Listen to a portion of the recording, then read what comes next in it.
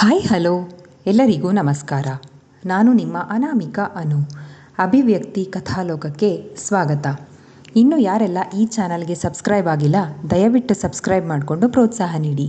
ಕತೆಗಳನ್ನು ಕೇಳಿ ಇಷ್ಟವಾದರೆ ಲೈಕ್ ಕೊಟ್ಟು ಕಮೆಂಟ್ ಮಾಡಿ ಹೆಚ್ಚು ಹೆಚ್ಚು ಶೇರ್ ಮಾಡುವುದರ ಮೂಲಕ ನಮಗೆ ಮತ್ತಷ್ಟು ಪ್ರೋತ್ಸಾಹ ನೀಡೋದನ್ನು ಮರಿಬೇಡಿ. ನನ್ನೆದೆಯ ಬಾಂದಳದಿ ಕಥೆಯ 51ನೇ ಅಧ್ಯಾಯವನ್ನು ನೀವೆಲ್ಲರೂ ಕೇಳಿ ಆನಂದಿಸಿದ್ದೀರಾ ಅಂತ ಭಾವಿಸ್ತೇನೆ.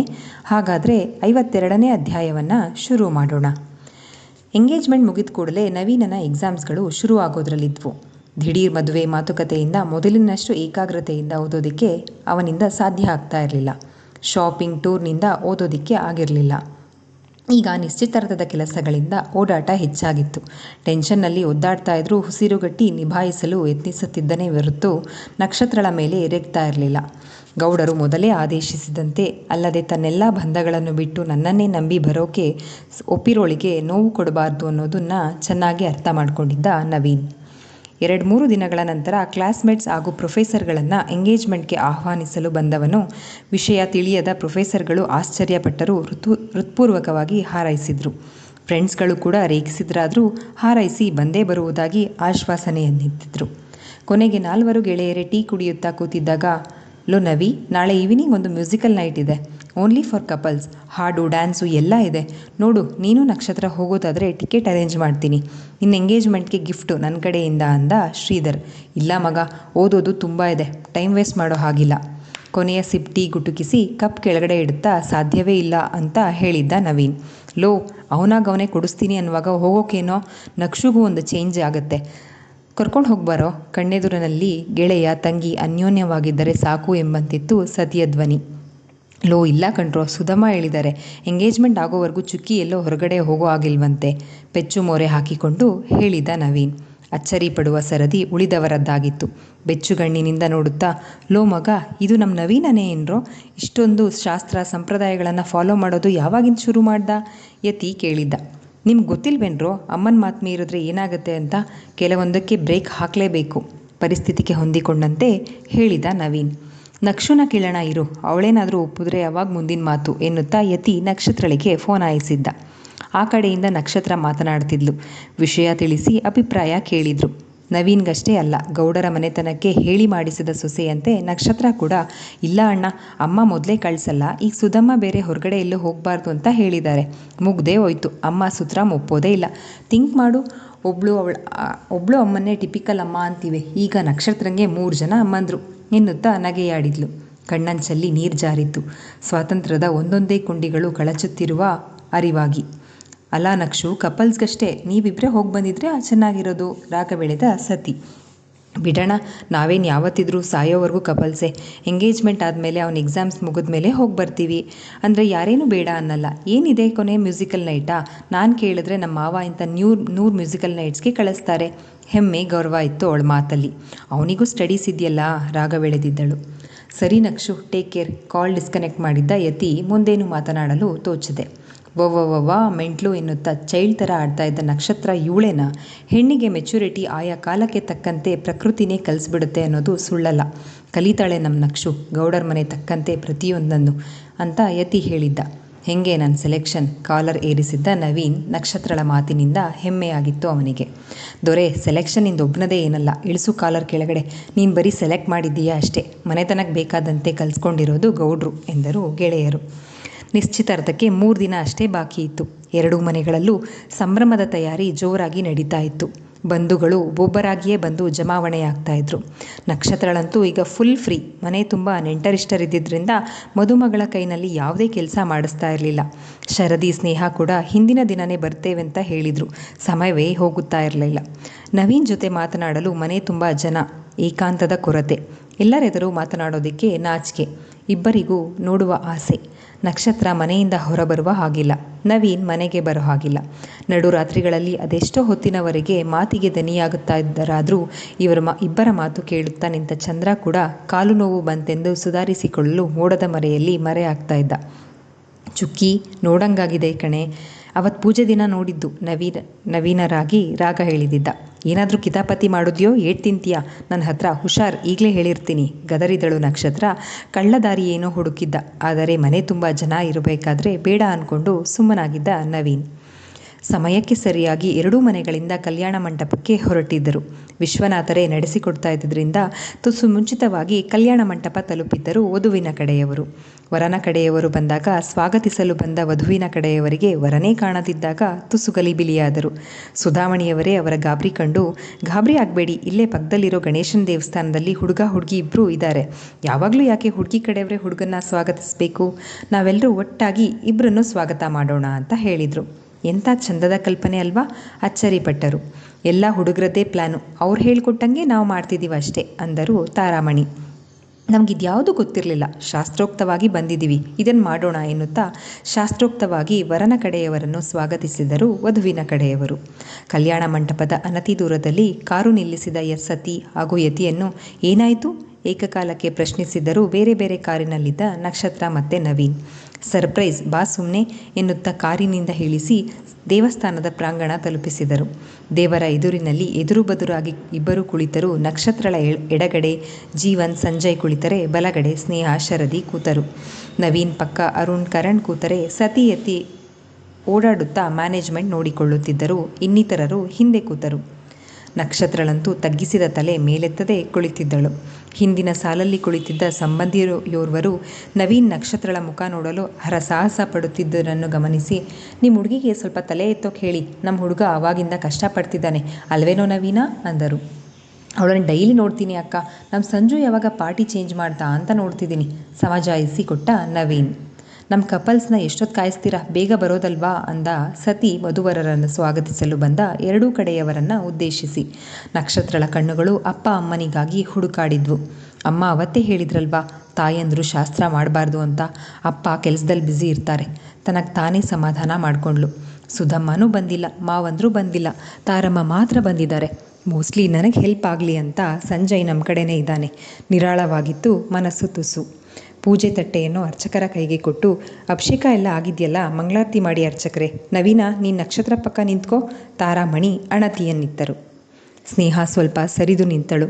ಅದುವರೆಗೂ ಯಾರ ಅರಿವು ಬರದಂತೆ ತನ್ನಷ್ಟಕ್ಕೆ ನಡುಗುತ್ತಿದ್ದ ಕಾಲುಗಳು ನವೀನ್ ಪಕ್ಕಕ್ಕೆ ಬಂದೊಡನೆ ಧೈರ್ಯ ಬಂದಂತಾಗಿ ನಡುಗುವುದನ್ನು ನಿಲ್ಲಿಸಿದ್ವು. ನಮ್ಮ ಜೊತೆ ಫ್ರೆಂಡ್ಲಿ ಆಗಿರೋ ತಾರಮ್ಮ ಎಷ್ಟು ಚೆನ್ನಾಗಿ ಎಲ್ರಿಗೂ ಗೈಡ್ ಮಾಡ್ತಿದ್ದಾರೆ ಎಂದುಕೊಂಡಳು ನಕ್ಷತ್ರ. ಪೂಜೆ ಮಂಗಳಾರತಿ ಮುಗಿಸಿ ದೇವಸ್ಥಾನದ ಬಲಭಾಗದಿಂದಲೇ 2 ನಿಮಿಷದಲ್ಲಿ ಕಲ್ಯಾಣ ಮಂಟಪದ ಮುಂಭಾಗ ತಲುಪಿದ್ದರು. ಸ್ವಾಗತಿಸುವವರು ಶ್ರೀ ಶಿವರಾಮೇಗೌಡರು ಮತ್ತು ಶ್ರೀ ವಿಶ್ವನಾಥ್ ಕುಟುಂಬಸ್ಥರು. ನಿಶ್ಚಿತಾರ್ಥ. ಚಿರಂಜೀವಿ ರಾಜಶೇಖರ ನವೀನ್ ಕುಮಾರ್ ಗೌಡ ಜೊತೆ ಚಿರಂಜೀವಿ ಸೌಭಾಗ್ಯವತಿ ನಕ್ಷತ್ರ. ಸಖಾಸಖಿ ಕಲ್ಯಾಣ ಮಂಟಪದ ಮೇನ್ ಎಂಟ್ರೆನ್ಸ್ನಲ್ಲಿ ತಲೆ ಎತ್ತಿ ನೋಡುವಷ್ಟು ಎತ್ತರವಾಗಿ ಬಣ್ಣ ಬಣ್ಣದ ಹೂಗಳಿಂದ ತಯಾರಾದ ವೆಲ್ಕಮ್ ಬೋರ್ಡ್ ಅತಿಥೇಯರನ್ನೆಲ್ಲ ಸ್ವಾಗತಿಸಲು ನಿಂತಿತ್ತು. ಎಡಬದಿಗೆ ಪಾರ್ಕಿಂಗ್ ವ್ಯವಸ್ಥೆ, ಬಲಬದಿಗೆ ಆರಾಮವಾಗಿ ಕುಳಿತು ಹರಟಲು ಚೇರ್ಗಳ ವ್ಯವಸ್ಥೆ. ನಟ್ಟ ನಡುವೆ ಕಲ್ಯಾಣ ಮಂಟಪದ ಒಳಗಡೆ ಹೋಗಲು ಕೆಂಪು ಹಾಸು, ಎರಡೂ ಬದಿಗಳಲ್ಲೂ ಇಳಿಬಿದ್ದ ಹೂವಿನ ತೋರಣಗಳು, ಗಾಳಿಯೊಡನೆ ನರ್ತಿಸುತ್ತಿದ್ದ ವೈಟ್ ಪಿಂಕ್ ನೆಟ್ಟೆಡ್ ಕ್ಲಾತ್.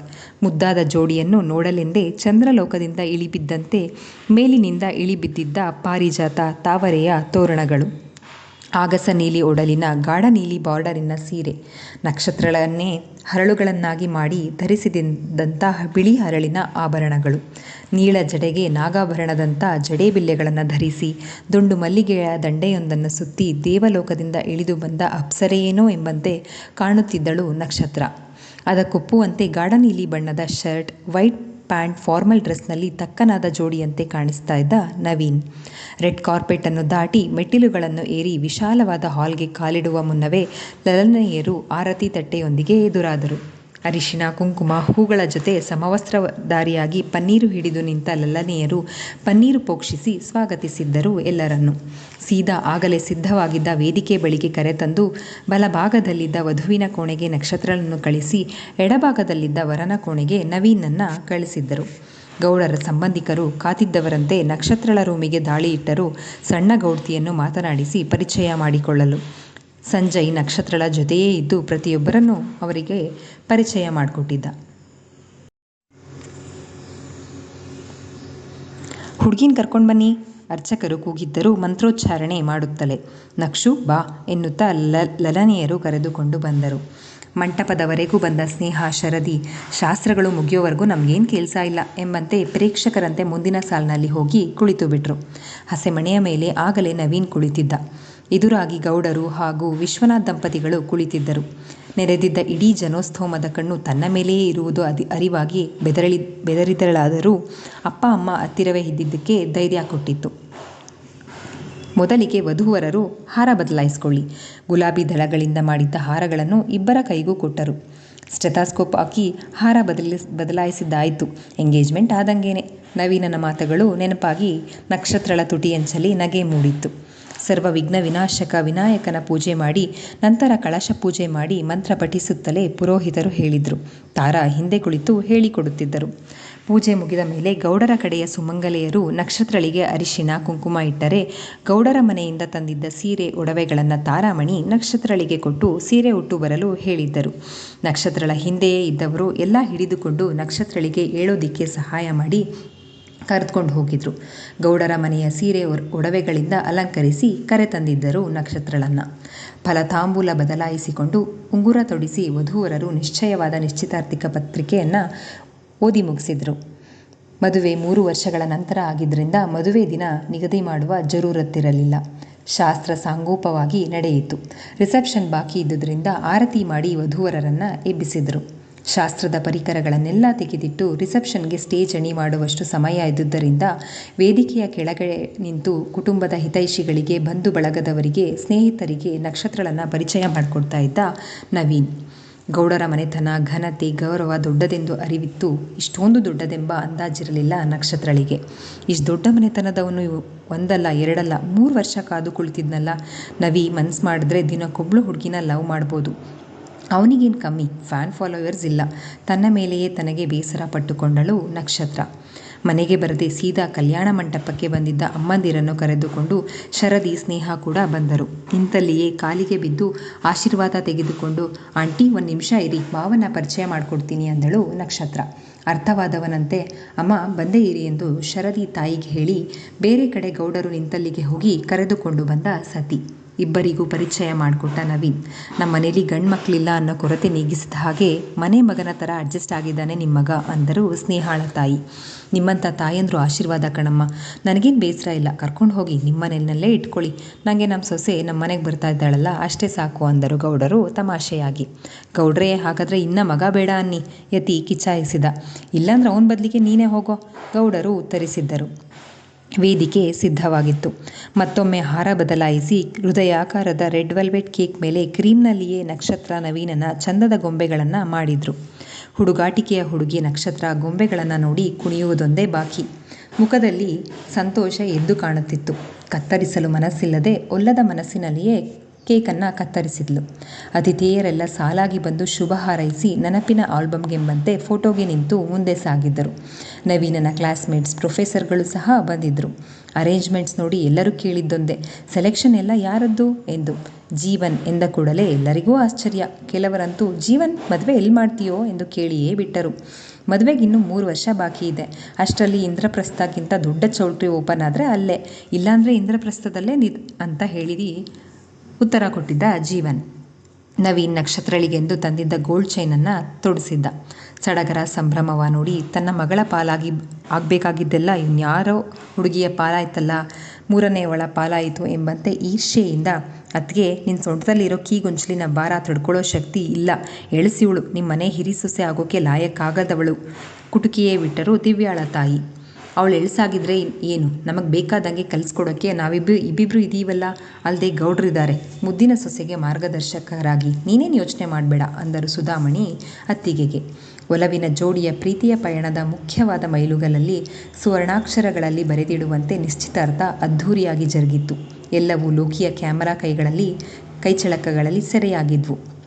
ನವೀನನಿಗಂತೂ ನಕ್ಷತ್ರ ಇನ್ನು ನನಗೆ ಸೇರಿದವಳು, ಮೇಲೆಲ್ಲೂ ಇಲ್ಲ ಸ್ವರ್ಗ, ನಾನಿರುವುದೇ ಸ್ವರ್ಗದಲ್ಲಿ ಅಂತ ಅನಿಸೋಕೆ ಶುರುವಾಗಿತ್ತು. ಗೌಡರಿಬ್ಬರು ಸೊಸೆಯ ಅಪೇಕ್ಷೆಯಂತೆ ರೇಷ್ಮೆ ಪಂಚೆಯಲ್ಲಿ 10 ವರ್ಷ ಚಿಕ್ಕವರಂತೆ ಕಾಣಿಸ್ತಾ ಇದ್ರು. ಗೌಡತಿಯರಿಬ್ಬರು ಜರತಾರಿ ಸೀರೆಯಲ್ಲಿ ಮಿಂಚುತ್ತಿದ್ದರು. ವಿಶ್ವನಾಥ ದಂಪತಿಗಳಿಗೆ ಮಗಳ ಅದೃಷ್ಟ ನೋಡಿ ಹೆತ್ತ ಕರುಳು ತಂಪಾಗಿತ್ತು. ಜೀವನ್ ಹಿರಿಯಣ್ಣನಾಗಿದ್ದ. ಇದೆಲ್ಲವನ್ನು ನೋಡಿ ಶರದಿಯ ಮನದ ಮರುಭೂಮಿಯಲ್ಲೂ ಕೂಡ ಆಸೆಗಳು ಚಿಗುರೋದಿಕ್ಕೆ ಶುರುವಾಗಿದ್ವು. ಸುಖವಾಗಿ ಬೆಳೆದಿದ್ದ ನಕ್ಷತ್ರ ಮುಂದೆ ಕೂಡ ಅಷ್ಟೇ ಸುಖವಾಗಿರುವಂಥ ಮನೆಗೆ ಸಿಗಬೇಕು, ಕಷ್ಟಗಳ ಸಹಿಸುವ ಶಕ್ತಿ ಇರಲಿ. ಕಷ್ಟಗಳ ಅರಿವೇ ಇಲ್ಲದೆ ಬೆಳೆದಿರುವವಳು ಆತಂಕವಿದ್ದೇ ಇತ್ತು ಶರದಿಗೆ. ಆತಂಕ ದೂರಾದ ಸಂತೋಷಕ್ಕೆ ವೇದಿಕೆಯಿಂದ ಕೆಳಗಿಳಿದ ಕೂಡಲೇ ಗೆಳತಿಯನ್ನು ತಬ್ಬಿಕೊಂಡಳು. ನವ ಜೋಡಿಗಳಿಬ್ಬರು ಶಾಸ್ತ್ರದಂತೆ ಒಂದೇ ಎಲೆಯಲ್ಲಿ ಊಟ ಮುಗಿಸಿದ್ರು. ಮತ್ತೊಮ್ಮೆ ಹಿರಿಯರೆಲ್ಲರ ಆಶೀರ್ವಾದ ಪಡೆಯಲೆಂದು ಕಾಲಿಗೆ ಬಿದ್ದು ನಮಸ್ಕರಿಸಲು ಹೋದಾಗ ಅನತಿ ದೂರದಲ್ಲಿದ್ದ ಸತಿಯ ತಂದೆಯ ಬಳಿಗೂ ಕರೆದುಕೊಂಡು ಹೋಗಿದ್ದ ನವೀನ್. 100 ಕಾಲ ಸುಖವಾಗಿ ಬಾಳಿ ಮಕ್ಕಳೇ. ನನ್ನ ಮಗಂಗೂ ಹೀಗೆ ಅದ್ಧೂರಿಯಾಗಿ ಮದುವೆ ಮಾಡಿ ಸೊಸೆನ ಮನೆ ತುಂಬಿಸಿಕೊಳ್ಳೋ ಆಸೆ. ಆದರೆ ನಾನು ಅಸಹಾಯಕ. ಶಲ್ಯದ ತುದಿಯಿಂದ ಕಣ್ಣೀರೊರೆಸಿಕೊಂಡ್ರು ಸತಿಯ ತಂದೆ. ಹಂಗ್ಯಾಕೆ ಅನ್ಕೋತೀರಾ, ನಾವೆಲ್ಲ ಇಲ್ವಾ, ಭೂಮಿ ತೂಕದ ಹೆಣ್ಣನ್ನೇ ಸತಿಗೆ ನಾವು ಸೆಲೆಕ್ಟ್ ಮಾಡ್ತೀವಿ, ನವಿ ಸಮಾಧಾನಿಸಿದ್ದ. ಏನೋ ಒಳೆದವಳಂತೆ ನಕ್ಷತ್ರ ಶರದಿಯನ್ನು ಕೂಗಿ ಯಾರೆಂದೂ ಕೂಡ ಹೇಳದೆ, ಶರು ಮಾವಂಗೆ ತುಂಬ ಬೇಕಾದವರು, ನಮಸ್ಕಾರ ಮಾಡ್ಕೊಳ್ಳೆ ಅಂತ ಕೇಳಿದ್ಲು. ತಲೆ ಬುಡ ಏನೊಂದು ಅರ್ಥವಾಗದೆ ಹಿರಿಯರ ಮುಖದಲ್ಲಿದ್ದ ದೈನ್ಯತೆಯನ್ನು ನೋಡಿ ಸಂಕಟವಾದಂತಾಗಿ ಆಶೀರ್ವಾದ ಮಾಡಿ ಎಂದು ಶರದಿ ಅವರ ಕಾಲಿಗೆ ಬಿದ್ದು ನಮಸ್ಕರಿಸಿದ್ಲು. ದೂರದಿಂದಲೇ ನೋಡುತ್ತಿದ್ದ ಸತಿ ಮತ್ತು ಯತಿ, ಜಾಣೆ ನಕ್ಷು, ಎಂಥ ಸ್ಥಿತಿಲೂ ಯಾರನ್ನೂ ಮರೆಯೋಳಲ್ಲ ಅಂದುಕೊಂಡರು. ಏನೋ ಹುಡುಕುವವನಂತೆ ನೋಡುತ್ತಿದ್ದ ಯತಿಗೆ, ಏನು ಸ್ನೇಹ ಯಾರ ಕಾಲಿಗೆ ಬಿದ್ಲು ಅಂತ ಹುಡುಕ್ತಿದೀಯಾ? ಅವರಿಬ್ಬರು ಬುದ್ಧಿವಂತರು, ಒಂದೇ ಸರ್ತಿ 2 ಪ್ರಾಜೆಕ್ಟ್ ಕೈಗೆ ಎತ್ಕೊಳ್ಳಲ್ಲ. ನೆಕ್ಸ್ಟ್ ಪ್ರಾಜೆಕ್ಟ್ನಲ್ಲಿ ನೀನೇ ಬಲಿ, ರೆಡಿಯಾಗು ಅಂತ ಸತಿ ಹೇಳಿದ್ದ. ಶಾಸ್ತ್ರದಂತೆ ಹೊರನ ಮನೆಯವರನ್ನು ಬೀಳ್ಕೊಟ್ಟು ವಧುವಿನ ಕಡೆಯವರು ಕೂಡ ತಮ್ಮ ಮನೆಗೆ ಹಿಂದಿರುಗಿದ್ರು. ನಕ್ಷತ್ರಳನ್ನು ಕರೆತಂದ ಕಾರಿಗೆ ಸಾರಥಿಯಾಗಿ ಸತಿಯೇ ಬಂದಿದ್ದ. ಇಲ್ಲಿಗೆ ಈ ಸಂಚಿಕೆ ಮುಕ್ತಾಯವಾಯಿತು. ಈ ಸಂಚಿಕೆ ನಿಮ್ಮೆಲ್ಲರಿಗೂ ಇಷ್ಟವಾಗಿದೆ ಅಂತ ಭಾವಿಸ್ತೇನೆ. ದಯವಿಟ್ಟು ನಿಮ್ಮ ಅನಿಸಿಕೆ ಅಭಿಪ್ರಾಯಗಳನ್ನು ಕಮೆಂಟ್ ಸೆಕ್ಷನಲ್ಲಿ ಹಂಚ್ಕೊಳ್ಳೋದನ್ನು ಮರಿಬೇಡಿ. ಧನ್ಯವಾದಗಳು.